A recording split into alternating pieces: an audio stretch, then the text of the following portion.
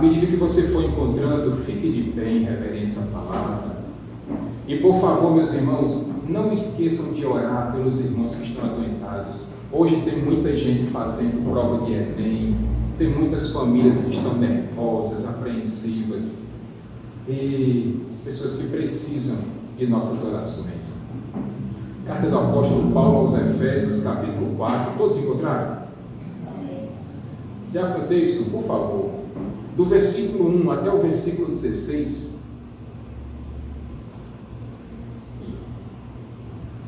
Como prisioneiro do Senhor, no Senhor, rogo-lhes que vivam de maneira digna da vocação que receberam.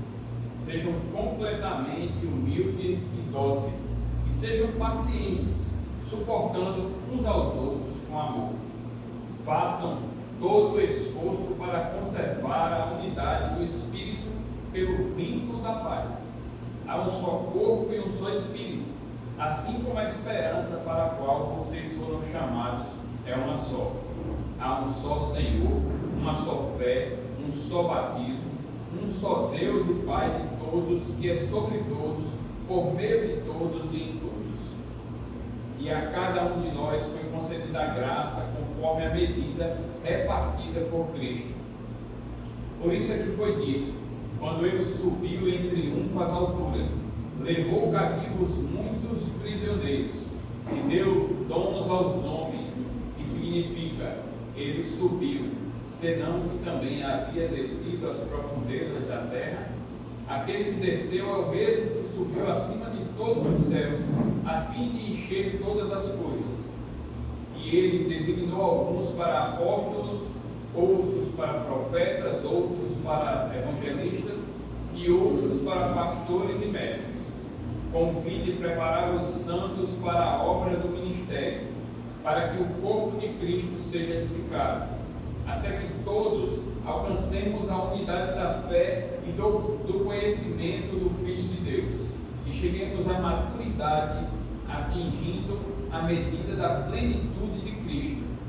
O propósito é que não sejamos mais como crianças, levados de um lado para outro pelas ondas, nem jogados para cá e para lá por todo o vento de doutrina e pela astúcia e esperteza de homens que induzem ao erro. Antes, seguindo a verdade em amor, cresçamos em tudo naquele que é a cabeça, Cristo. Dele, todo o corpo ajustado e unido pelo auxílio de todas as juntas, cresce e edifica-se a si mesmo em amor, na medida em que cada parte realiza a sua função. Nós, por favor. Senhor Deus, te agradecemos, Pai, por fazermos parte desse teu corpo, o corpo de Cristo. Que o Senhor nos ilumine, Pai, através da tua palavra, que a palavra ministrada, Pai, traga luz ao nosso entendimento, traga desejo ao nosso coração de te servir e de fazer a tua vontade. Nos orienta, Pai, através da tua palavra e usa o teu Filho para falar para o teu povo. Agradecemos em nome de Jesus Cristo, Senhor. Amém. Podem sentar, irmãos. Eu tenho dito aqui na igreja que a pedagogia de Deus é diferente de tudo aquilo que nós conhecemos. Que a forma como Deus nos ensina, a forma como Deus nos prepara, a forma como Deus nos molda, é diferente de tudo o que nós já vimos durante essa nossa breve vida. Sabe por quê, meus irmãos?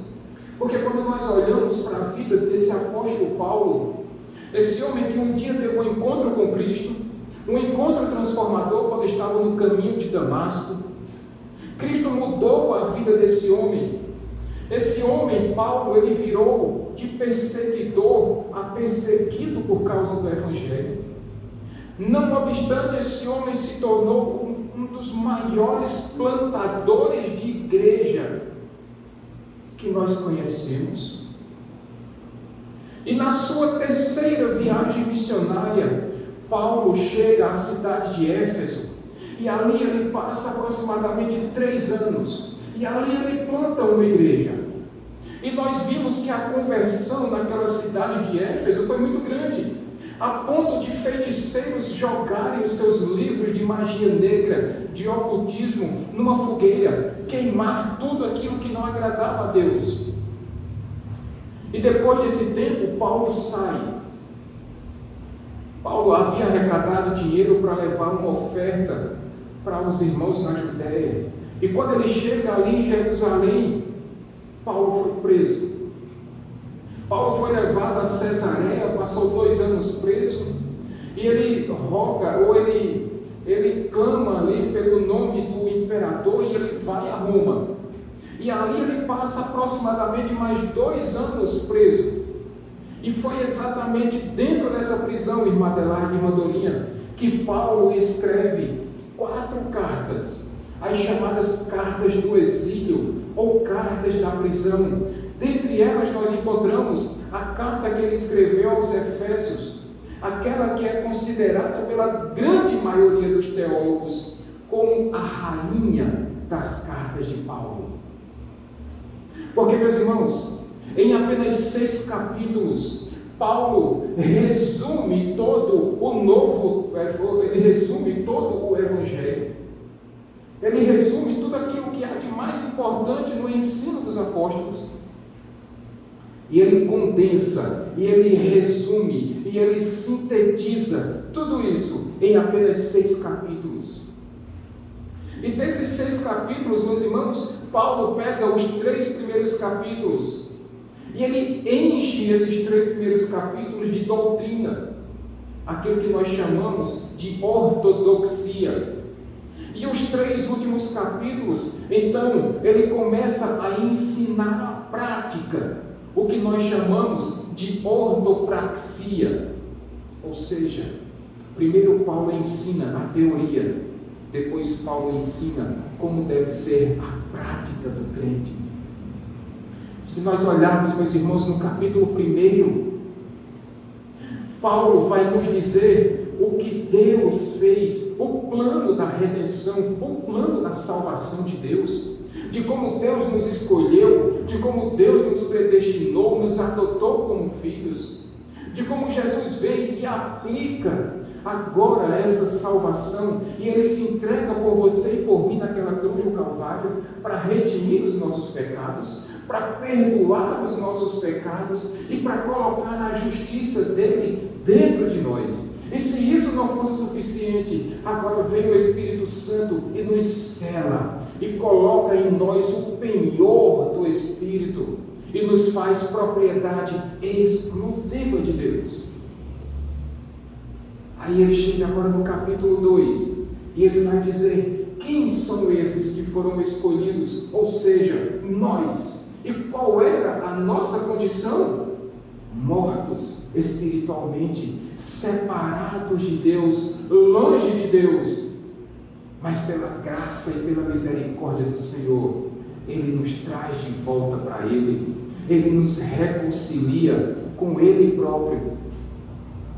E agora, quando chega no capítulo 3, ele vai dizer que aqueles que foram perdoados, não apenas mais os judeus, mas também os gentios que crerem em Jesus Cristo, também serão salvos. E não há mais 2 igrejas, uma para judeu e uma para gentio. Não, agora só existe uma igreja, constituída por judeus e por gentios.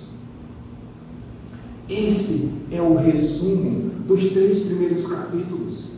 Quem Deus é, quem nós éramos e o que Ele fez por nós. E agora somos todos membros do mesmo corpo. Sabe por quê? Porque o muro da separação, o muro da inimizade, Cristo derrubou por nós. E agora já nada nos separa mais do amor de Deus que está em Cristo Jesus. Nem judeus e nem gentios, desde que creiam em Cristo Jesus como seu Senhor e Salvador. Mas aí depois, meus irmãos, de tanta teoria, depois de tanta doutrina, nada melhor do que nós aplicarmos essa doutrina em nossas vidas. Isto é, nós começarmos a praticar tudo isso que Paulo falou nos 3 primeiros capítulos. E é por isso que no versículo 1 aí no capítulo 4, Paulo agora vai dizer, olha, eu prisioneiro do Senhor, rogo-lhes que vivam de maneira digna da vocação que vocês receberam. O que mais me encanta, meus irmãos, é que Paulo, estando dentro de uma prisão, ele não olha para aquela situação, ele não olha para aquelas grades como sendo um impeditivo para que ele escreva essas cartas. Isso não é um impeditivo para que ele dobre os seus joelhos e ore por você e por mim. E ele está dizendo: olha, vocês querem saber da verdade? Eu sou prisioneiro do Senhor. Não tem cela, não tem imperador, não tem Roma. Se eu sou prisioneiro, eu sou prisioneiro do Senhor. E dentro dessa prisão, eu quero que vocês saibam que eu rogo.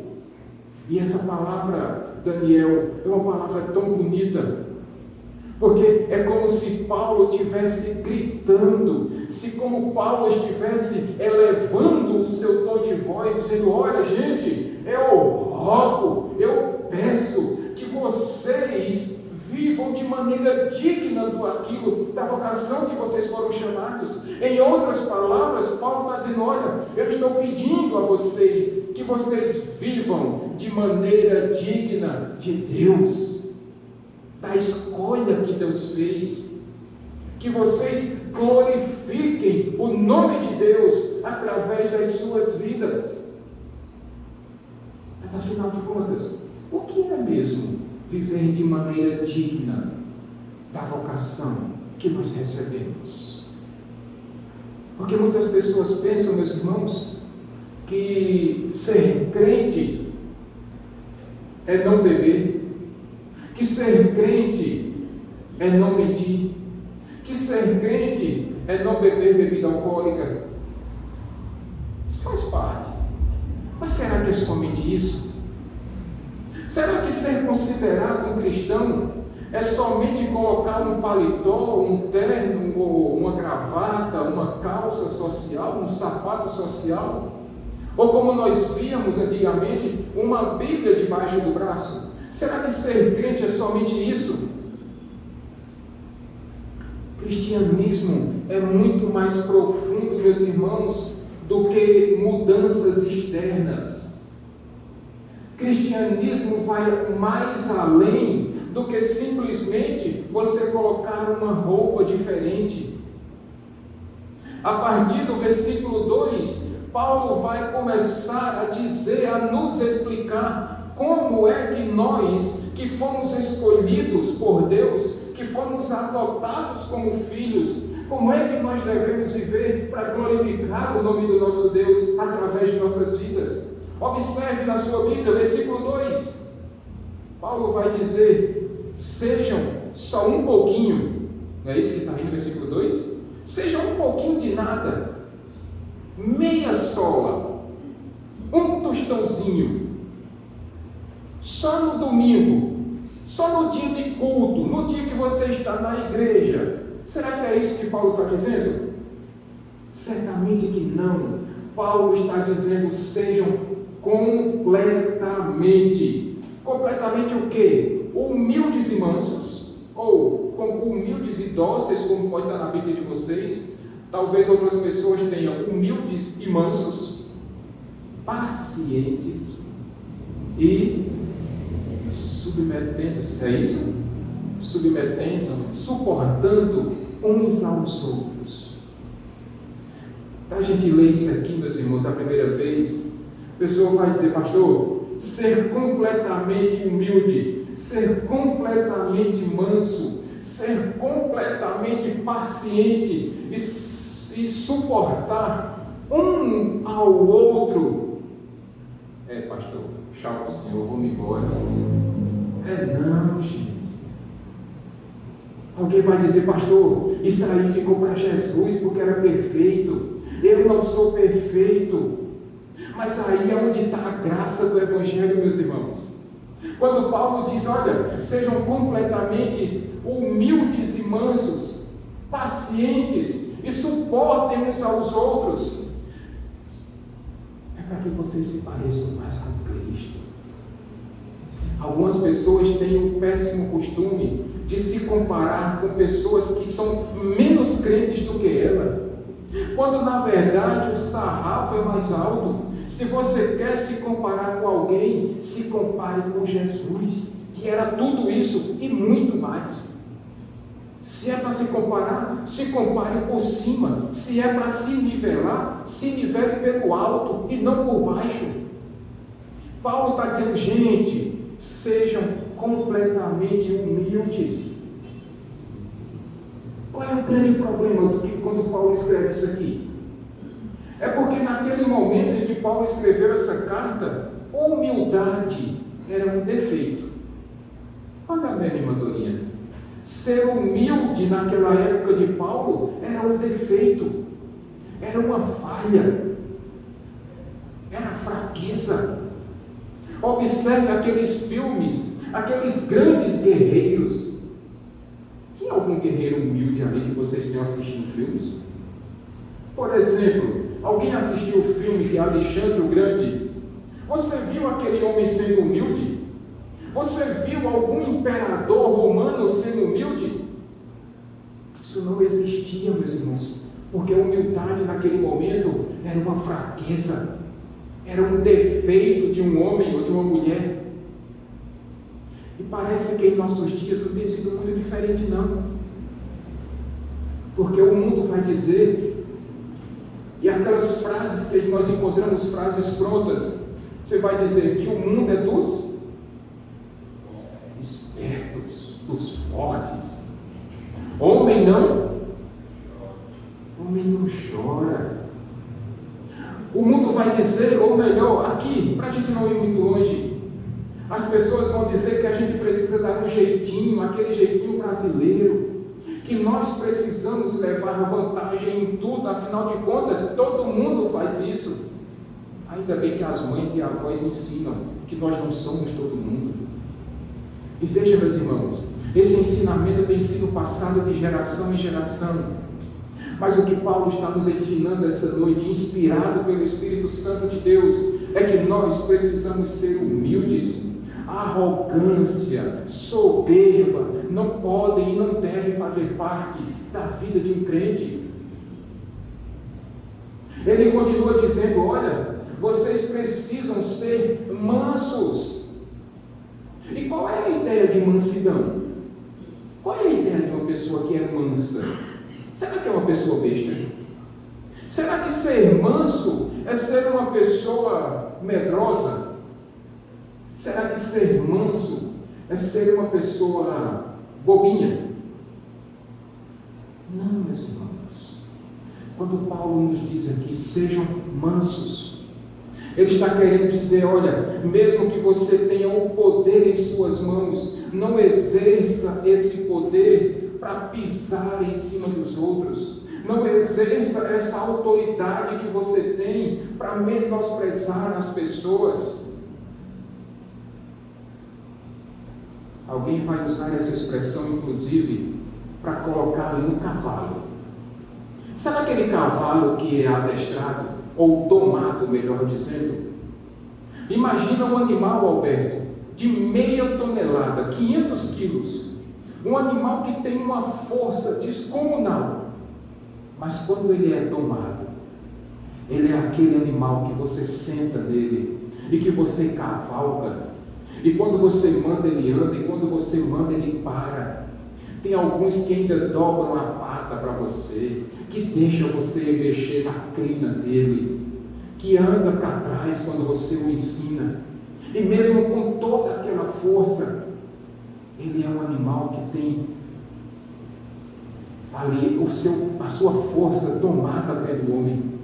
E ele se torna manso, bem manso. E precisamos ser desse jeito, meus irmãos. Mesmo que você tenha autoridade, poder, mesmo que você tenha condições, não cabe você querer pisar nos outros, não cabe querer menosprezar os outros. Ele continua dizendo, sejam o que aí? Terceiro lugar? Pacientes. Eita, nesse cai um bocado. E a palavra grega, que é vocabulário grego que é muito rico. Diz que tem 2 palavrinhas para paciente, Cícera. Tem aquela paciência com situações, por exemplo, situação de desemprego, ou situação de doença, ou situação de briga com cartão de crédito, com ligações e com coisas diversas. Mas a palavra utilizada aqui é sejam pacientes com pessoas. Eita, coisa difícil, pastor. Maridos, tenham paciência com as suas esposas. Esposas, tenham paciência com seus maridos. Esses homens são difíceis demais, irmãs. Mas tem que ter paciência com eles. Tem que ter paciência. Filhos, paciência com seus pais. Principalmente quando os pais vão ficando mais velhos. Aí é que nós precisamos ter mais paciência ainda. Pais do mesmo jeito. E aqui a gente tem pais de crianças pequenas. Tem que ter paciência, não tem? Para dar e vender, e alugar, e emprestar. Tem que ter paciência, meus irmãos. Tem que ter paciência. Paciência com os irmãos da igreja. Paciência com colegas de trabalho. Paciência no trânsito com aqueles motoristas meio desligados. Paciência com os alunos que chegam lá na escola, na faculdade. Prepara, Diego, tem que ter paciência dobrada. Paciência, Vitor, com aqueles clientes que chegam e não conhecem o produto e querem agir como se conhecessem aquilo que você conhece tão bem. Paciência, meus irmãos. É difícil, pastor. Vai ensinar isso lá em casa para meu marido, para minha esposa. Mas a palavra está dizendo que é para nós termos paciência. Aí talvez alguém vai dizer aqui, olha, pastor, humilde, eu sou humilde demais. Bem, já pegou. E se você está dizendo que é humilde é porque não é. Pastor, eu sou manso, eu sou dócil com os outros. Ok. Pastor, eu estou aprendendo a ter paciência. Isso aqui tudo dá um jeito, pastor. Mas tem um aqui que eu suporto. Tem um aqui que eu tiro 10. Eu suporto. Tem uns carregos lá em... Oi?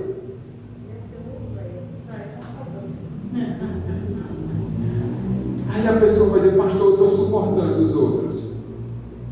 Tem uma cruz que eu carrego lá em casa. Faz 15 anos, 20 anos, 30 anos, 40 anos. Tem uma cruz que eu carrego lá em casa, pastor. Aí se a pessoa perguntar para o outro, não, quem está carregando essa cruz sou eu. Eu estou igual aquela música lá do cantor, que eu não sei nem o nome. Sinto uma cruz que carrego bastante pesada. Mas será que é isso que Paulo está dizendo? Porque a ideia de suportar não tem nada a ver aqui, meus irmãos, com você ter que engolir as pessoas na marra. Não. O que Paulo está nos ensinando nessa noite é que você precisa servir de suporte para aquelas pessoas que estão necessitadas. É quando você encontra alguém, por exemplo, Elisângela tem vivido isso por muitos anos, sabendo que eu não enxergo, ela tem sido suporte para mim, porque eu me utilizo dos olhos dela para enxergar aquilo que eu preciso.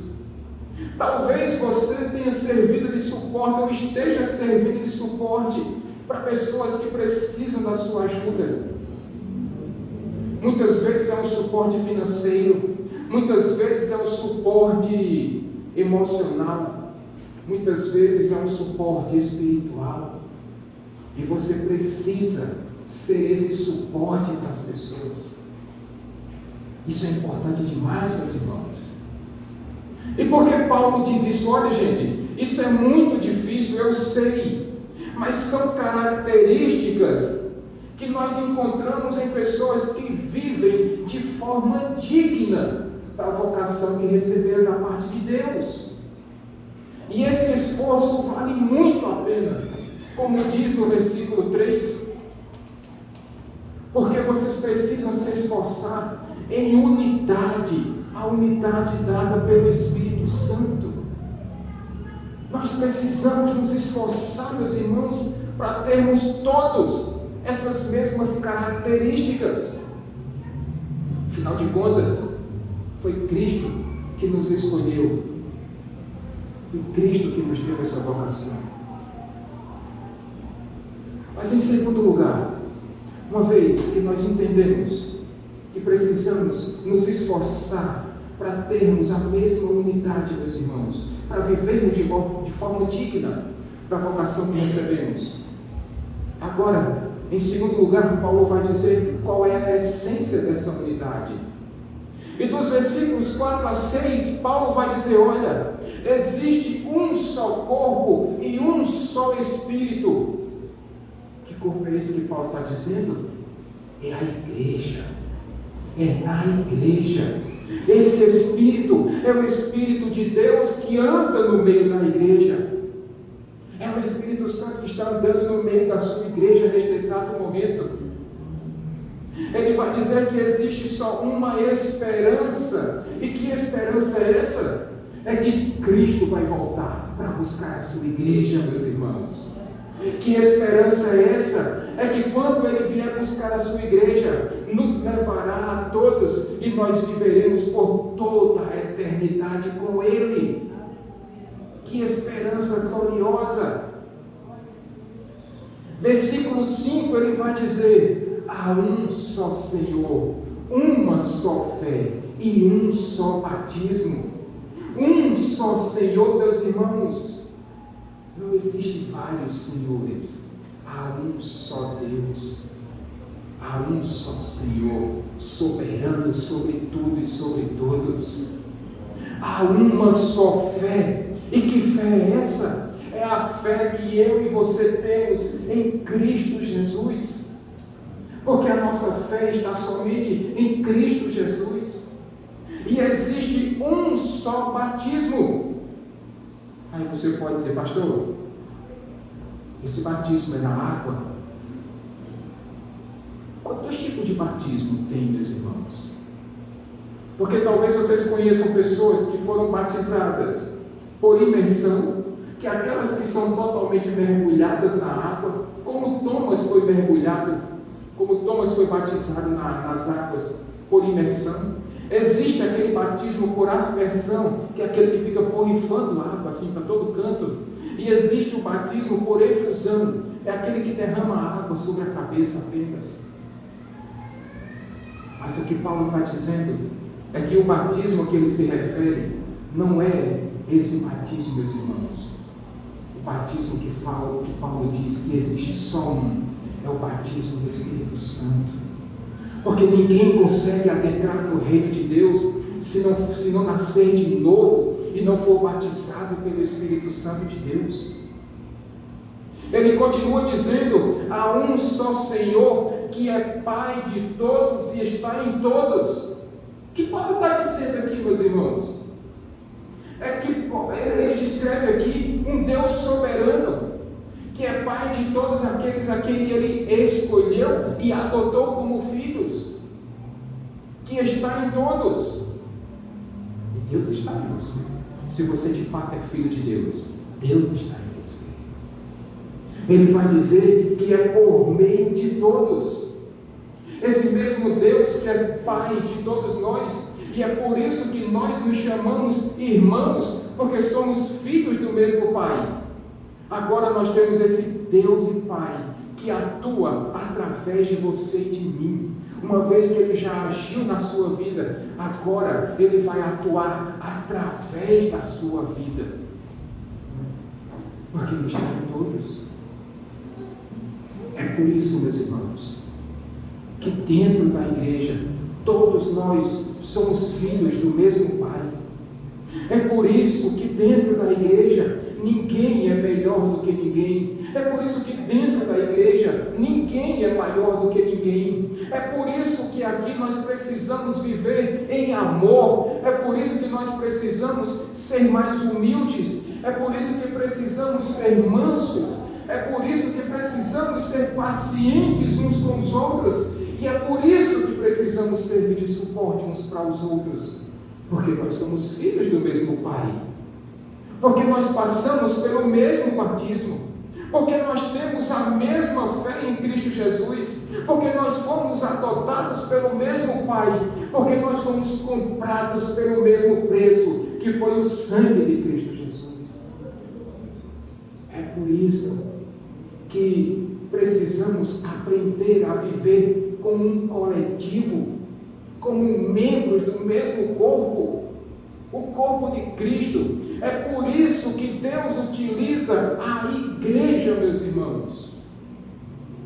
Mas, pastor, por que na igreja tem tanta gente complicada? Eu sei que muita gente já se perguntou isso pelo menos de uma vez na vida. Por que na igreja tem tanta gente complicada? Porque somos todos pecadores, meus irmãos.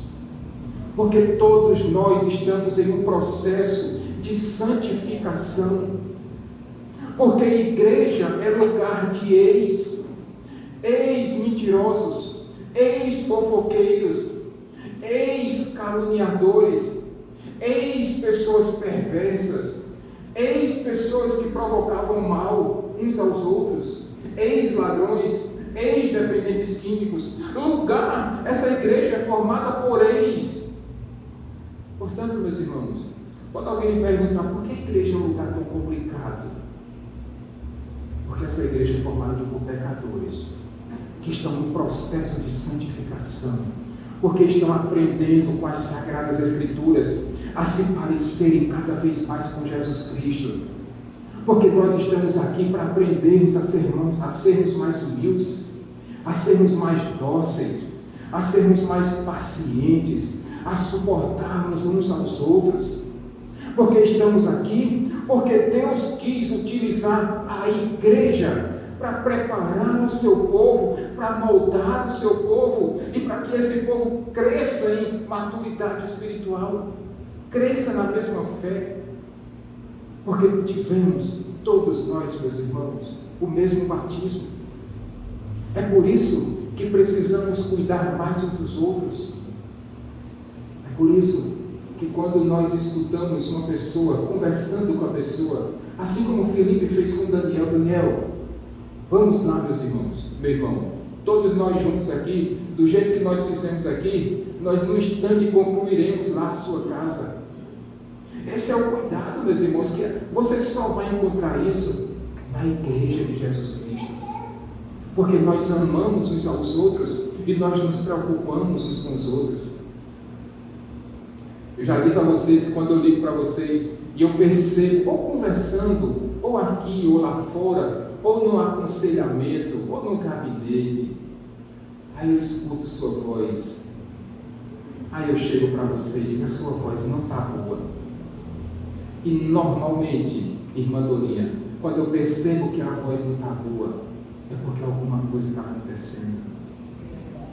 E aí eu digo sempre para vocês, olha,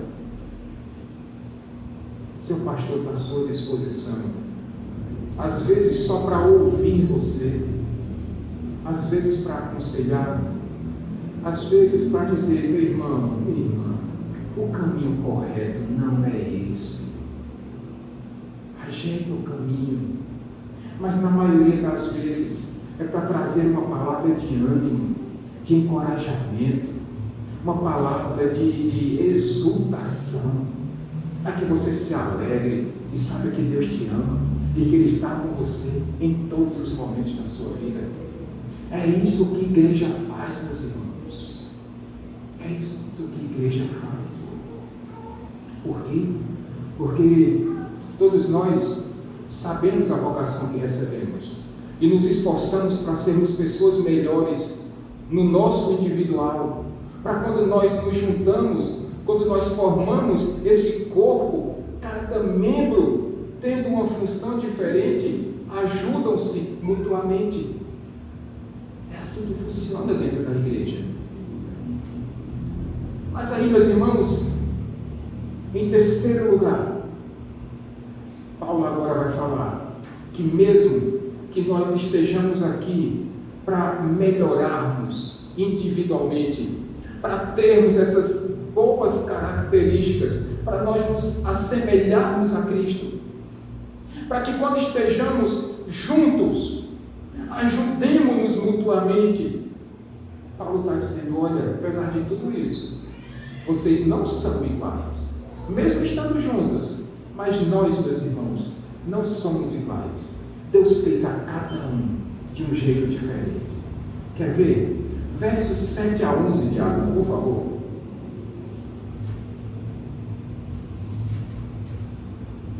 E a cada um de nós foi concedida a graça conforme a medida repartida por Cristo. Por isso é que foi dito, quando ele subiu em triunfo às alturas, levou cativos muitos prisioneiros e deu dons aos homens. Que significa, ele subiu senão que também havia descido às profundezas da terra.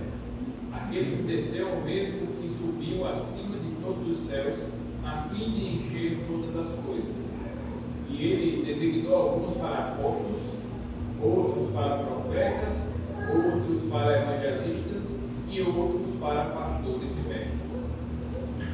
Paulo diz uma coisa interessante. Ele vai dizer que Cristo levou cativos muitos prisioneiros, ou melhor, que ele levou muitos prisioneiros que estavam cativos. O que isso quer dizer, meus irmãos?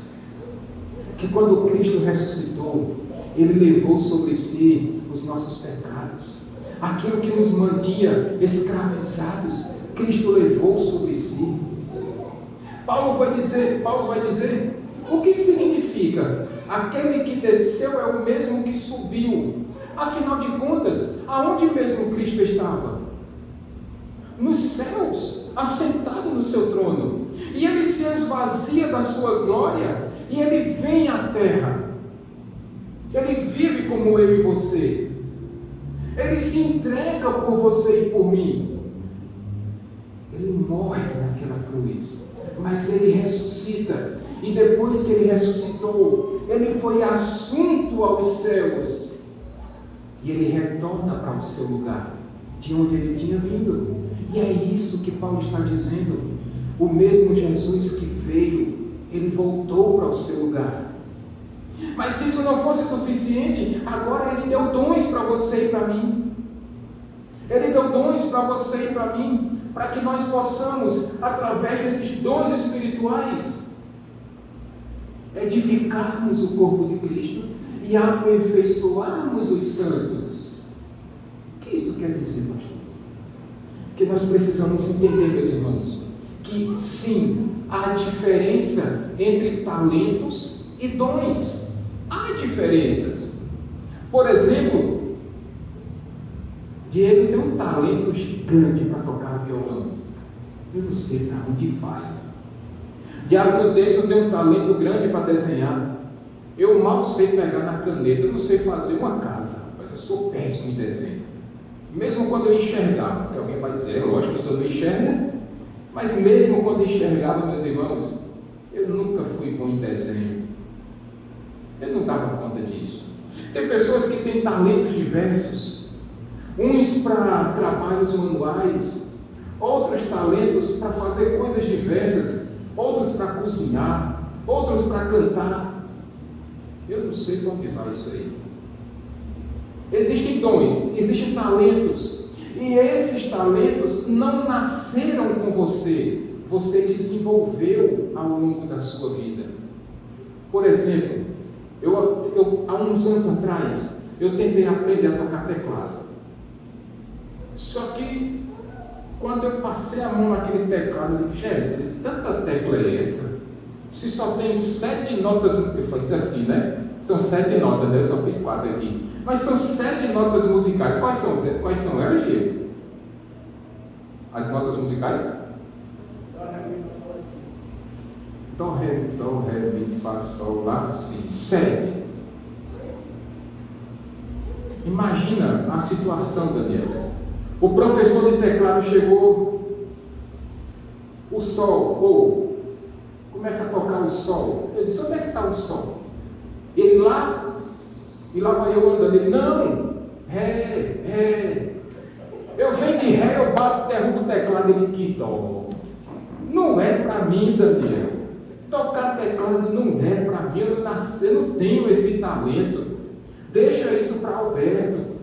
Porque se o professor disser, ó, o sol, eu vou tentar ver, cadê o sol que eu não enxergo? Ele lá, eu digo, lá onde? E eu vou andar, aí não, é de ré, de ré, de ré. Aí eu esbarro em alguma coisa, a pessoa vai dizer, que dó, que... Não é para mim, eu não tenho talento para isso, não adianta forçar, não vai. Deixa para Alberto, é melhor, ele já está aprendendo, já está ficando craque nisso, não dá para mim. Outra coisa, meus irmãos, são os dons espirituais. Esses são dados pelo próprio Deus. Esses são dados por Deus. E Paulo vai falar aqui de 4 dons espirituais. É lógico, há muitos outros, há outras listas de dons espirituais. Por exemplo, Coríntios, Romanos. Paulo vai falando sobre dons espirituais, mas aqui Paulo fala sobre 4. Ele fala sobre apóstolos, profetas, evangelistas e pastores e mestres. Apóstolos, meus irmãos, perguntinha simples: tem apóstolos nos dias de hoje? E por que nós não temos apóstolos nos dias de hoje? Se isso é um dom espiritual, porque nós entendemos que para ser um apóstolo, primeiro, tinha que ter sido chamado por Jesus. Segundo, tinha que ter caminhado com Jesus. Terceiro, tinha que ter visto Jesus ressurreto. Pergunta: esses apóstolos de hoje em dia viram alguma dessas coisas? Certamente que não, meus irmãos. Portanto, apóstolos nós não temos mais, como tinha ali os 12, e com a exceção de Paulo, que foi chamado depois, mas pelo próprio Cristo, e ele viu Cristo naquele caminho para Damasco, o Cristo ressurreto. Hoje, nós não temos mais, Vitor, apóstolos, porque não se encaixam nessas condições para serem apóstolos. É bem verdade que apóstolo significa enviados. E nesse sentido, aqueles missionários que estão saindo das suas casas, das suas cidades, dos seus países, para outros lugares, sim, exercem esse papel. Mas o papel de serem enviados, não o papel de apóstolos, como aqueles 12 foram. Ele vai dizer, em segundo lugar, no segundo dom, o dom de profecia, os profetas. E veja, meus irmãos, as pessoas pensam que profeta é aquele que fala de futuro, quando eu já disse a vocês que menos de 6% de todas as profecias da Bíblia falam sobre futuro. Nós não temos mais profecias revelatórias. Por quê? Porque o cânon bíblico já foi fechado. Todos os livros da Bíblia já estão aí, e não existe mais livro novo, não existe mais revelação nova, tudo já está contido na sua Bíblia. Portanto, irmãos, profeta, o dom de profecia, ela já não funciona mais como uma profecia revelatória, ela funciona como uma profecia de revelação, uma profecia expositiva. A Bíblia já está aí, toda completa. E o que cabe agora? Aquele que abre a sua boca em nome de Deus é falar aquilo que já está contido na Bíblia Sagrada. Portanto, profetas como aqueles antigos, do Antigo Testamento, e até como João Batista, não mais. Mas todas as vezes que um homem, uma mulher abre a sua boca para falar sobre as Sagradas Escrituras, está agindo com o dom profético. Evangelistas. Eu conheço pessoas que têm uma facilidade gigante, Luciana, para chegar no meio de pessoas e começar a falar de Jesus. Isso é um dom, viu? Você chegar num grupo que você não conhece ninguém, e daqui a pouco, com 5 minutinhos de conversa, você está falando de Jesus, do que Jesus fez na sua vida, de como Jesus foi bom para você, e daqui a pouco está chorando você e a pessoa. Porque tem pessoas que têm esse dom de conseguir, de momentos difíceis, adentrar naquela conversa e começar a evangelizar a pessoa. Eu disse a vocês sobre Billy Graham na pregação passada. Esse homem tinha esse dom e evangelizou e viajou por muitos lugares. Pregou para muitas pessoas. Em último lugar, o último dom descrito aqui, o dom de pastores e mestres. E aqui, meus irmãos, tem pessoas que, eita, pastor, ser pastor é um dom melhor do que os outros. Não, meus irmãos, é igual aos outros. Tem muitos evangelistas que ganharam muitas almas para Cristo, mais do que se estivessem dentro das quatro paredes da igreja. Pessoas que saem andando pela cidade, pelos bairros, pelas ruas, pregando o amor de Jesus Cristo para as pessoas. E isso é importante demais. Mas todas as vezes que Deus dá esse dom para um homem, para que ele seja pastor, e aqui, meu irmão, não são dois dons, é um dom só. É um pastor mestre. Porque todo pastor precisa ser um mestre. Não tem como separar isso aqui.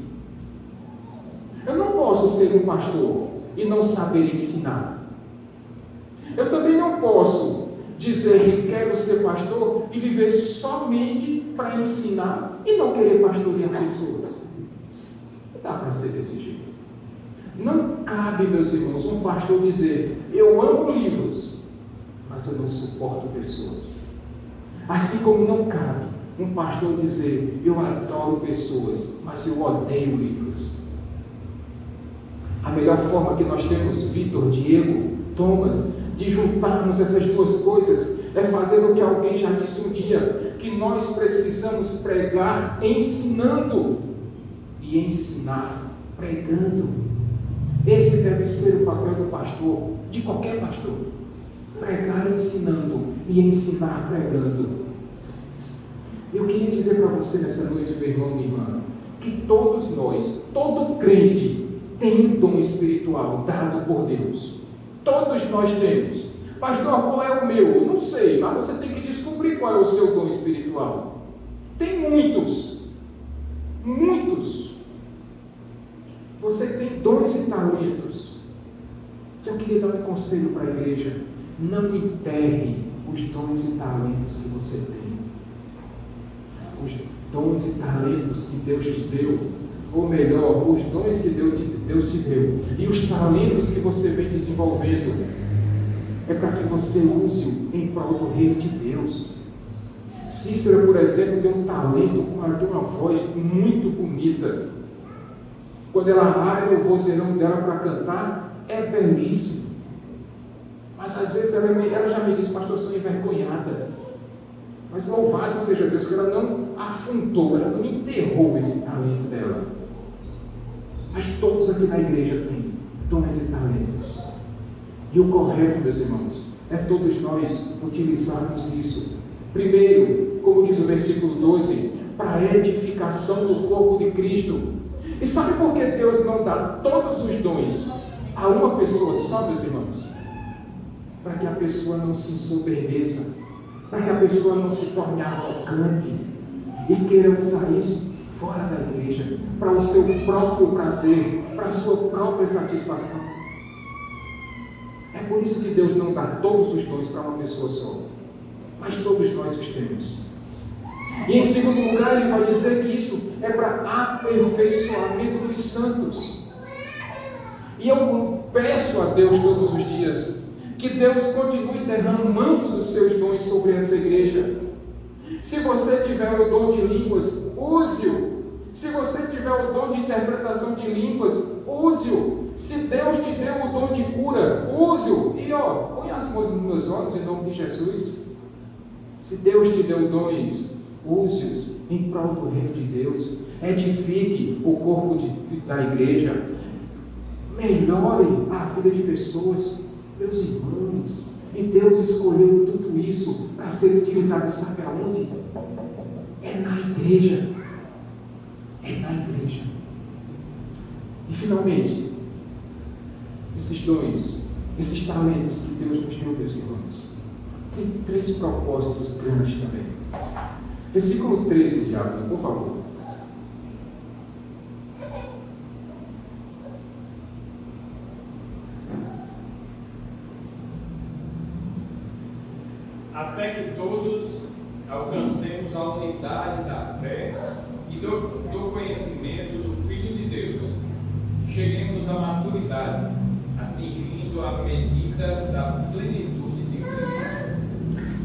dentro da igreja que você vai crescer na fé, que você vai desenvolver a sua maturidade espiritual.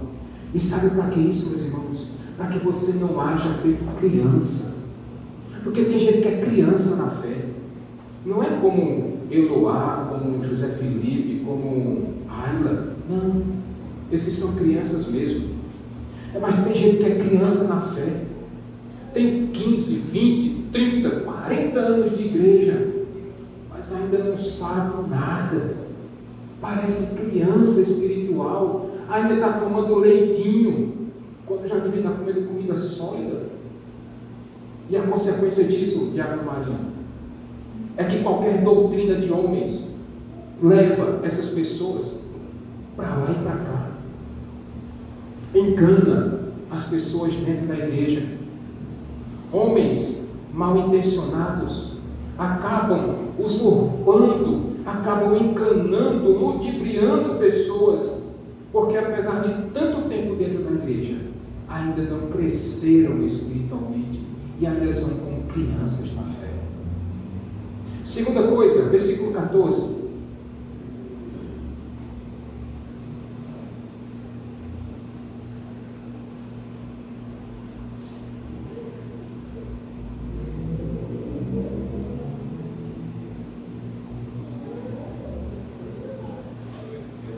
O propósito é que não sejamos mais como crianças, levados de um lado para o outro pelas ondas, nem jogados para cá e para lá por todo o vento de doutrina e pela astúcia e esperteza de homens que induzem ao erro.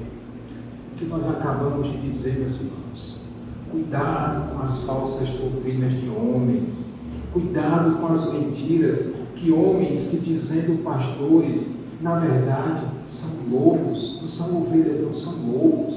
Cuidado com esses homens. E finalmente, meus irmãos, versículo 15 e 16, Daniel, por favor.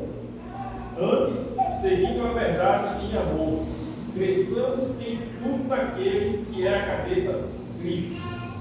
Dele todo o corpo, ajustado e unido pelo auxílio de todas as juntas, cresce e edifica-se a si mesmo em amor, na medida em que cada parte realiza a sua função. Sabe como é que a igreja cresce, meus irmãos? Quando todos os membros desse corpo utilizam os seus dons, os seus talentos, para que a igreja cresça em quantidade também, mas cresça em maturidade, cresça na sua fé, para que comece a comer comida sólida e não apenas o leitinho espiritual. E você quer ver uma igreja crescendo quando os seus dons e talentos estão sendo colocados à disposição do corpo de Cristo. Aí você vai ver a igreja crescendo. Portanto, meus irmãos, eu finalizo a mensagem dessa noite fazendo algumas perguntas. Primeira, você tem vivido de forma digna da vocação que você recebeu de Deus? Você tem sido humilde, manso, paciente e tem suportado uns aos outros? Segundo lugar, você já percebeu que você passou por um só batismo, que você adentrou no reino de Deus por um só batismo, o batismo do Espírito Santo? Que você e eu precisamos ter apenas uma fé, a fé em Jesus Cristo, e que nós temos apenas um Deus, que é Pai de todos nós? Terceira pergunta: qual é o dom e talento que Deus te deu? Qual é o dom? Se você ainda não sabe, pergunte a Deus, peça a Deus. E o melhor lugar para você descobrir o seu dom espiritual é dentro da igreja. Fica a dica. Em último lugar, como é que você se identifica hoje? Será que você ainda é uma criança espiritualmente? Ou será que você tem desenvolvido a sua maturidade espiritual? Que nós saímos daqui dessa noite, meus irmãos, refletindo sobre essas perguntas e entendendo que sim, se você faz parte do corpo de Cristo, você tem um talento, você tem dons espirituais, e você precisa usá-los em prol do reino de Deus. Amém, meus irmãos? Vamos ficar de pé.